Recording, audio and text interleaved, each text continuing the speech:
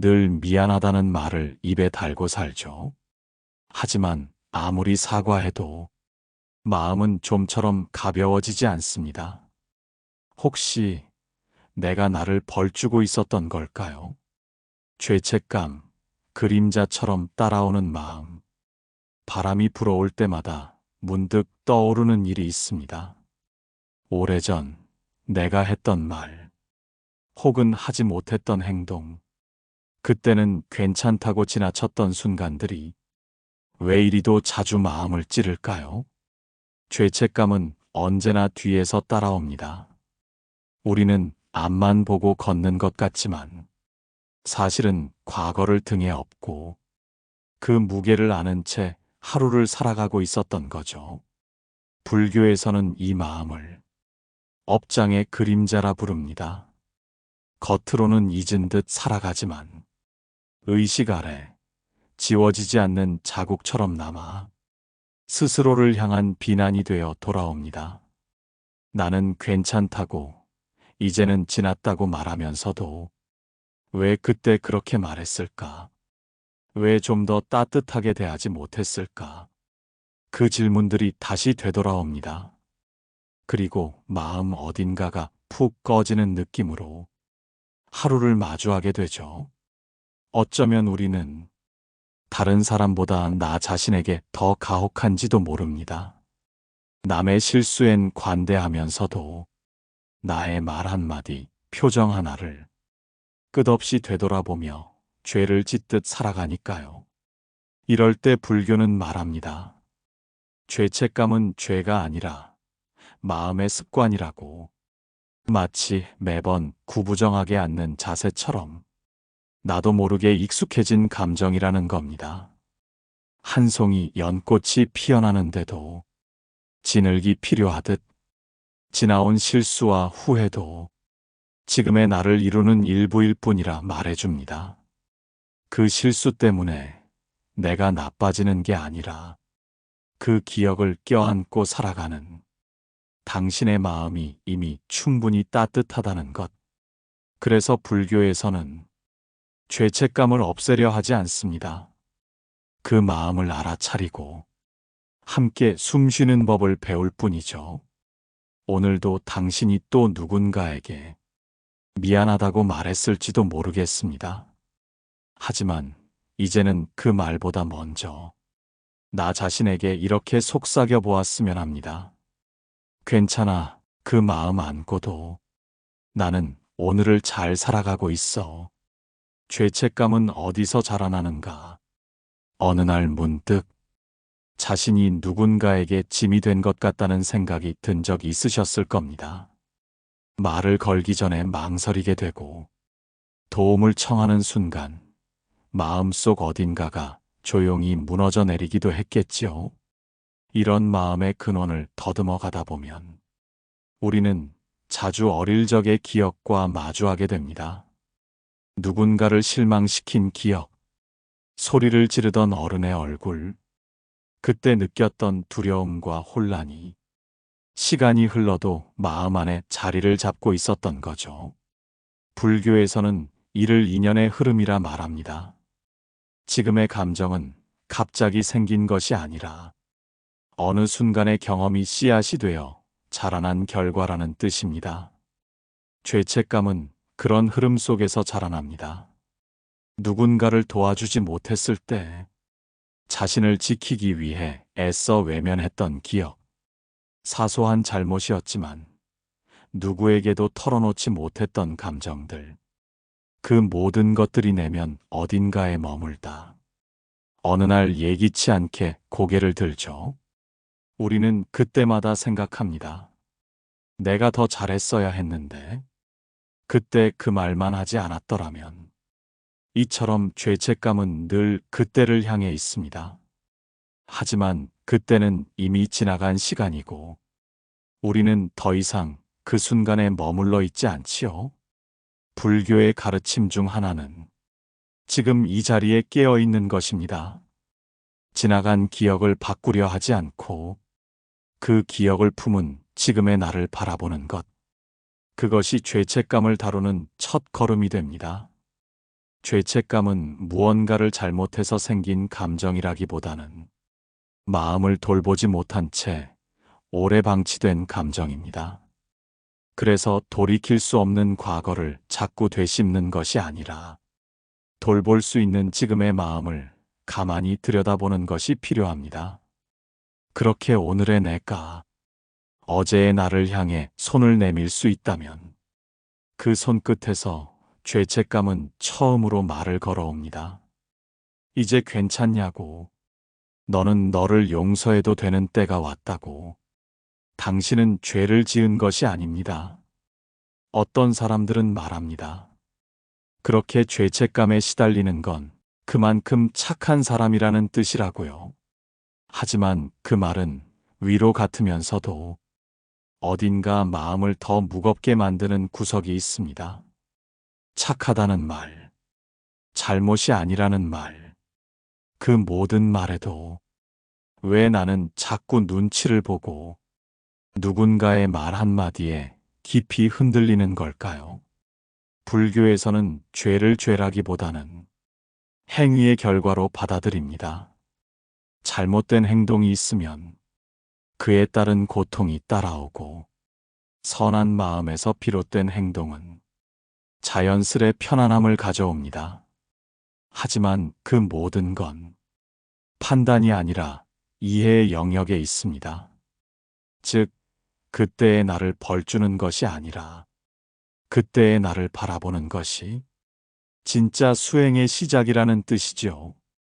우리는 누군가에게 상처를 준 기억을 너무 오래 마음속에 품습니다. 그 상처는 시간이 갈수록 더 깊어지고 때로는 나를 나쁘게 만든다는 착각에 빠지기도 하죠. 그러나 불교의 시선은 다릅니다. 그 기억은 나의 전부가 아니고 그 행동은 지금의 나와 같지 않다고 말해줍니다. 모든 존재는 변합니다. 내가 느끼는 감정도 생각도 언제나 흘러가고 있다는 것을 알아차리는 순간이 있습니다. 그때 우리는 비로소 죄라고 믿고 있던 것이 사실은 설명되지 못한 마음의 무게였음을 깨닫게 됩니다. 그래서 불교는 죄책감을 없애려 하지 않습니다. 다만 그 무게를 조금씩 내려놓는 연습을 합니다. 어느 날 한 걸음, 또 어느 날 반 걸음, 그렇게 천천히 내 마음의 그림자와 마주합니다. 누군가에게 미안하다는 말보다 더 깊은 사과는 바로 나 자신에게 하는 진심 어린 용서입니다. 그때의 나는 지금보다 작고 어렸습니다. 지금의 나는 그 시절보다 조금 더 따뜻한 눈을 가졌습니다. 그 눈으로 그때의 나를 바라볼 수 있다면 당신은 이미 충분히 괜찮은 사람이에요. 죄를 지은 게 아닙니다. 그저 마음이 다치고 그 다친 마음이 오랫동안 혼자였을 뿐입니다. 사과와 용서, 그 사이의 마음. 죄책감이 깊은 사람은 사과를 먼저 배운 사람입니다. 말 한마디에 상대가 상처받을까 조심하고 기분이 어땠을지 미리 생각하며 자신의 마음은 자주 뒷전으로 밀어둡니다. 그러다 보면 사과는 점점 습관이 되고 죄책감은 점점 자리를 넓혀갑니다. 하지만 사과와 죄책감은 다릅니다. 사과는 관계를 회복하기 위한 다리이지만 죄책감은 혼자 쌓아가는 벽입니다. 그 벽 안에서 우리는 점점 말수가 줄고 마음을 꺼내는 게 겁이 나기 시작하죠. 불교에서는 이때 참회라는 길을 제시합니다. 참회는 단지 고개 숙이는 일이 아닙니다. 지나간 나의 마음을 지금의 나로 바라보는 과정입니다. 누구에게도 들키지 않았던 나의 불편한 마음, 그것을 스스로가 먼저 들여다보는 일, 그 일이 바로 참회의 시작입니다. 참회는 죄를 지적하는 것이 아니라 마음을 다시 맑히는 일입니다. 물을 더럽히는 흙탕을 퍼내는 것이 아니라 물속에 가라앉은 흙이 스스로 가라앉도록 조용히 기다리는 것입니다. 그리고 그 기다림 속에서 우리는 진짜 용서를 배우게 됩니다. 진정한 용서는 누군가가 나를 용서해줘서 완성되는 게 아닙니다. 내가 나를 이해할 수 있게 되었을 때 비로소 그 마음은 가벼워지기 시작합니다. 그 이해는 나는 왜 그렇게밖에 할 수 없었을까라는 질문에서 그때의 나는 그럴 수밖에 없었다는 고백으로 옮겨갑니다.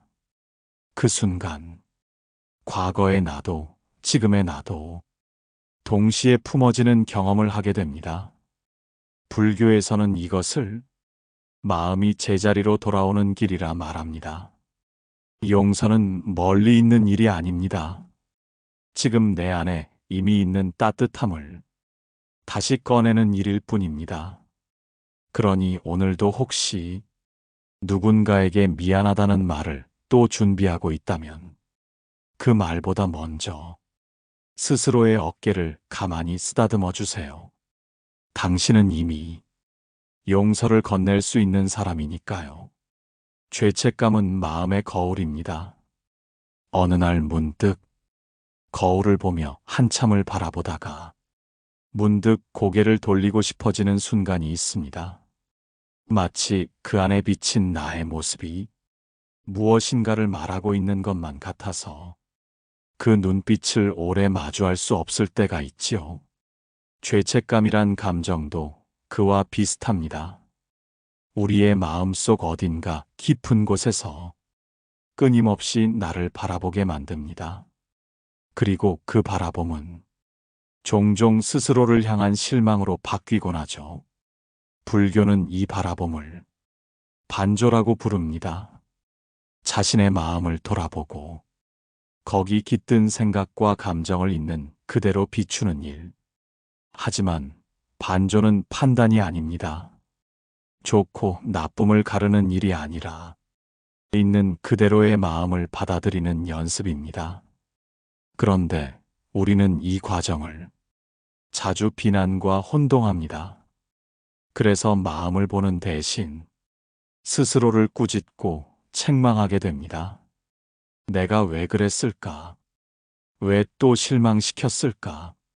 그 질문들 속에서 우리는 점점 스스로를 괴롭히는 마음에 익숙해집니다. 하지만 마음은 괴로움에 길들여질수록 조용히 굳어갑니다. 점점 덜 느끼고 덜 표현하고 덜 살아있는 듯한 하루를 반복하게 되죠. 이때 불교는 다시 말합니다. 마음이 아픈 건 잘못이 아니라 신호입니다. 그 신호는 이제 좀 쉬고 싶다는 뜻일 수도 있고 스스로를 너무 오래 놓아두었다는 뜻일 수도 있죠. 죄책감은 마음의 거울이지만 그 거울을 들여다본다는 건 자신을 괴롭히는 일이 되어선 안 됩니다. 거울 앞에 선 당신이 한없이 외로워 보일 때 그때는 그 모습 그대로 가만히 안아주어야 할 때입니다. 그 무엇도 바꾸려 하지 말고 그저 함께 있어주는 일. 그것이 반조의 시작이고 그 반조는 다시 마음을 살리는 씨앗이 됩니다. 오늘 당신의 거울엔 어떤 마음이 비치고 있나요? 그 마음이 아무 말 없어도 그저 살아있어 주어 고맙다고 이야기해 주세요. 그것이면 충분합니다. 나는 왜 자꾸 눈치를 보게 될까요? 말을 꺼내기도 전에 마음이 바빠집니다.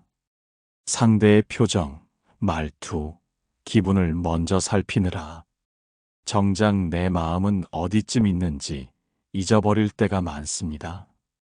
눈치라는 단어는 조심과 배려의 이름으로 불리지만 때로는 그 안에 죄책감이 깊이 숨어 있기도 합니다. 불교에서는 이런 마음을 타인의 시선에 휘둘리는 마음이라 말합니다.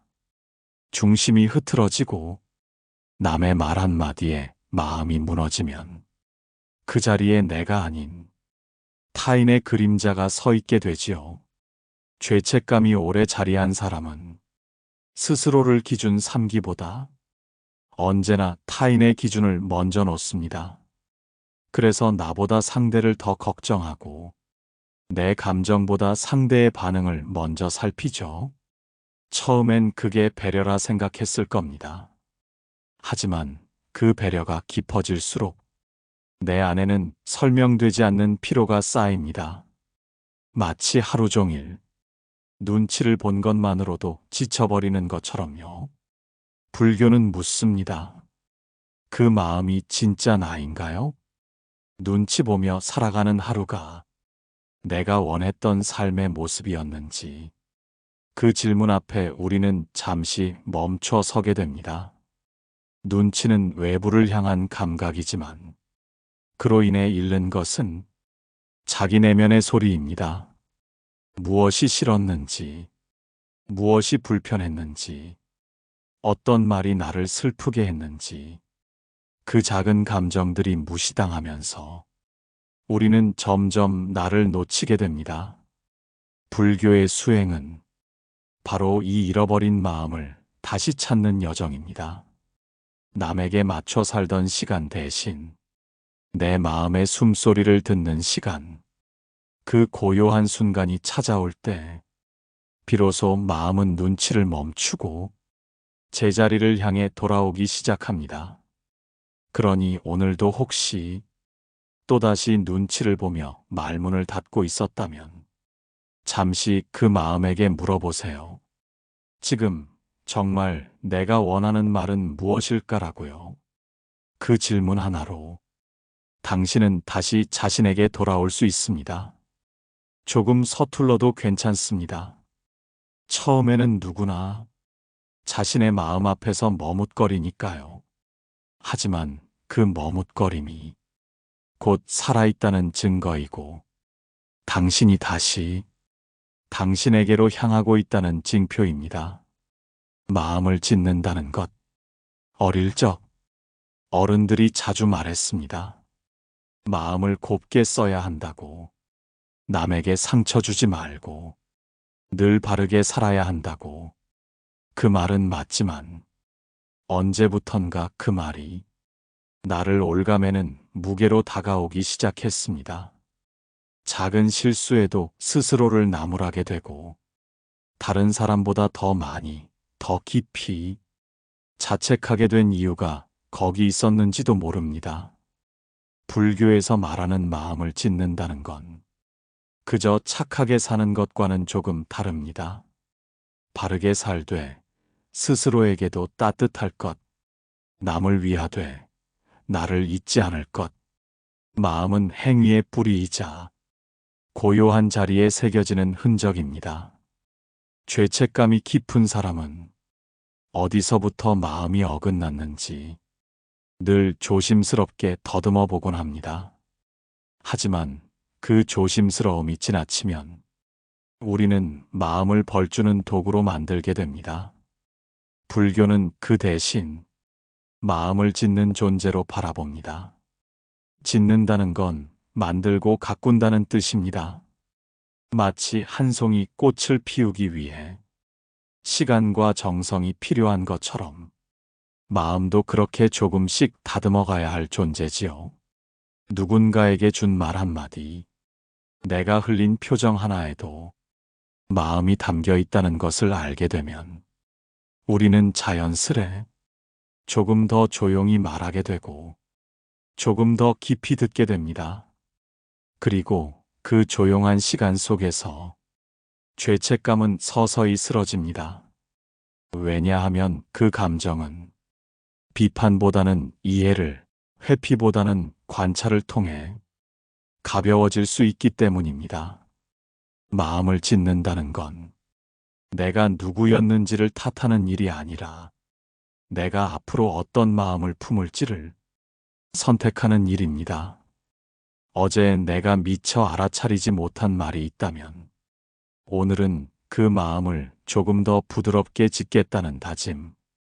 그 다짐 하나가 곧 수행의 시작이고 삶의 방향이 됩니다.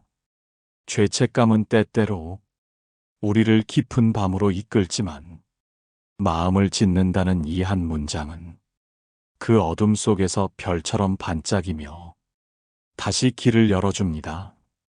죄책감과 함께 살아간다는 것. 우리는 마음속으로 자주 이렇게 말합니다. 이 감정만 없었으면 좋겠어. 죄책감 없이 살 수 있다면 얼마나 편할까. 하지만 불교는 조금 다르게 말합니다. 죄책감을 없애려 하지 말고 그 마음과 함께 살아가는 법을 배워야 한다고요. 없애야 할 감정이 아니라 이해해야 할 마음이라는 뜻입니다. 사람은 누구나 실수합니다. 말을 잘못하거나 상대의 마음을 제대로 헤아리지 못하거나 때로는 외면하거나 피하거나 그 모든 일들이 지나간 후에야 우리는 마음이 아팠음을 깨닫게 됩니다. 그 깨달음이 남긴 자국이 죄책감이란 이름으로 남아 우리를 오래도록 따라다니지요. 그런데 가만히 들여다보면 그 죄책감 속에는 사랑이 있습니다. 잊지 못한다는 건 그만큼 애틋하게 마음을 썼다는 뜻이고, 후회한다는 건 그만큼 따뜻하게 살고 싶었다는 증거입니다. 불교에서는 이 마음을 연민이라 부릅니다. 자신을 향한 깊은 연민. 그것이 없었다면 죄책감조차 생기지 않았겠지요. 그래서 그 감정을 미워하지 말아야 합니다.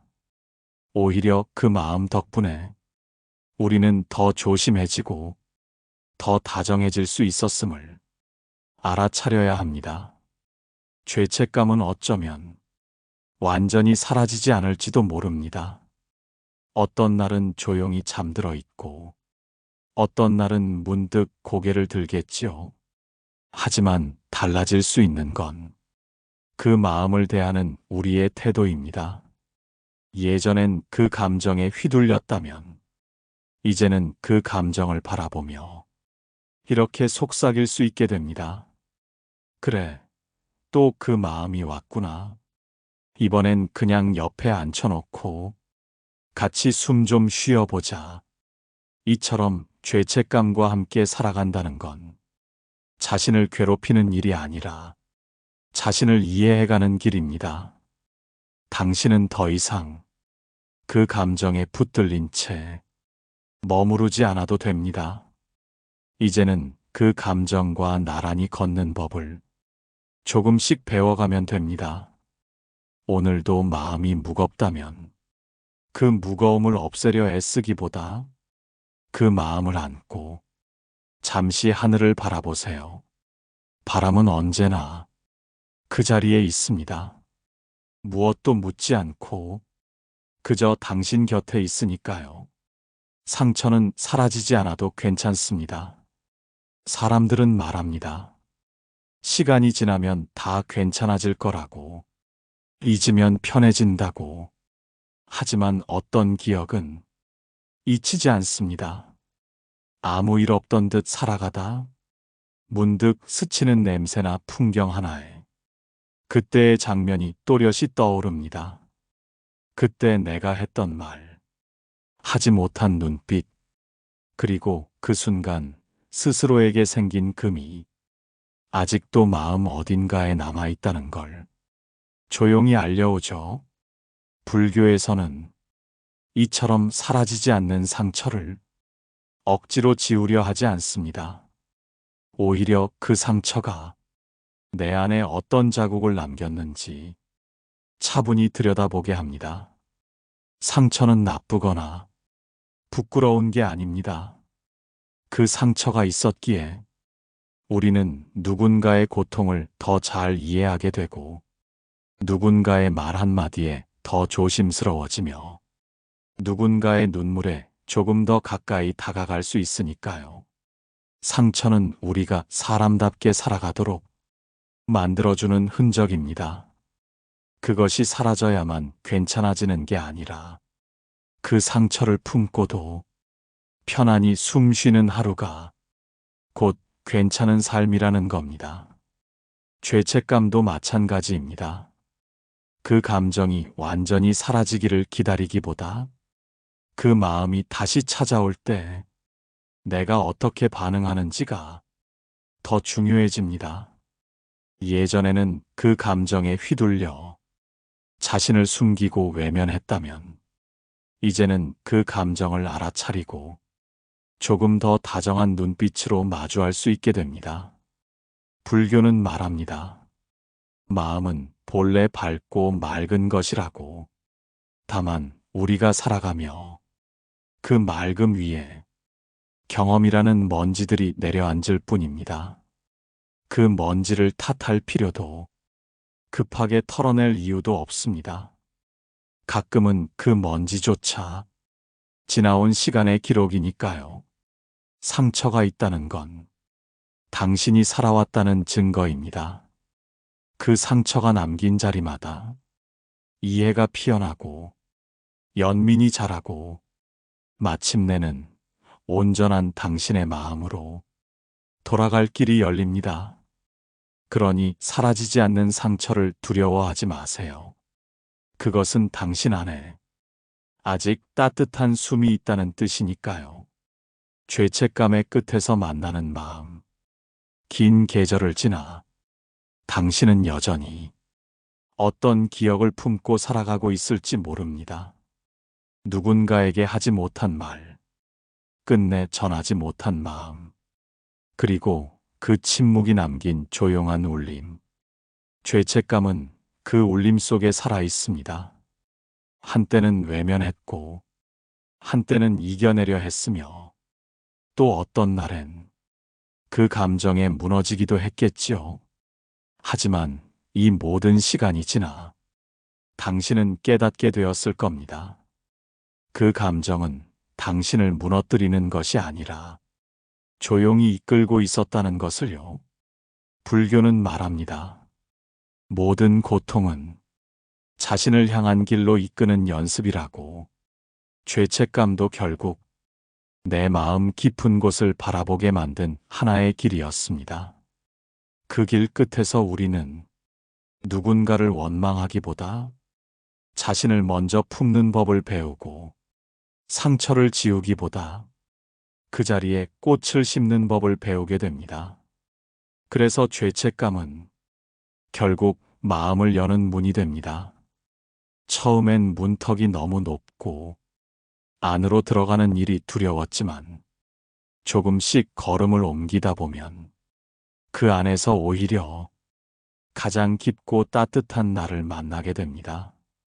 그 따뜻함은 누군가를 향한 것이기도 하지만 무엇보다 오랫동안 돌아보지 못했던 내 마음을 위한 것이어야 합니다. 불교에서 가장 자주 건네는 말 중 하나, 당신의 본래 마음은 본래 맑다는 말은 어쩌면 지금 이 순간을 위해 존재하는지도 모릅니다. 그 맑음은 죄책감이 없다는 뜻이 아니라 그 죄책감마저 비추는 빛이 있다는 뜻이니까요. 지금까지 걸어온 길 위에 상처도 있었고 후회도 있었고 수없이 반복된 미안함도 있었지만 그 모든 걸 지나 지금 여기 당신이 서 있습니다. 그 자체로 충분히 귀하고 이미 괜찮은 마음입니다. 그러니 이제는 이 말을 조용히 스스로에게 건네주세요. 고마워. 여기까지 잘 견뎌줘서, 이렇게 살아있어줘서, 지나온 날들이 가끔 무거워도 그 마음을 껴안은 당신은 참 따뜻한 사람입니다. 죄책감마저도 마음을 지키려 했던 흔적이었음을 기억해 주세요. 당신은 이제 스스로에게 미안하지 않아도 됩니다. 그저 고맙다고 말해주세요. 오늘을 살아낸 당신에게.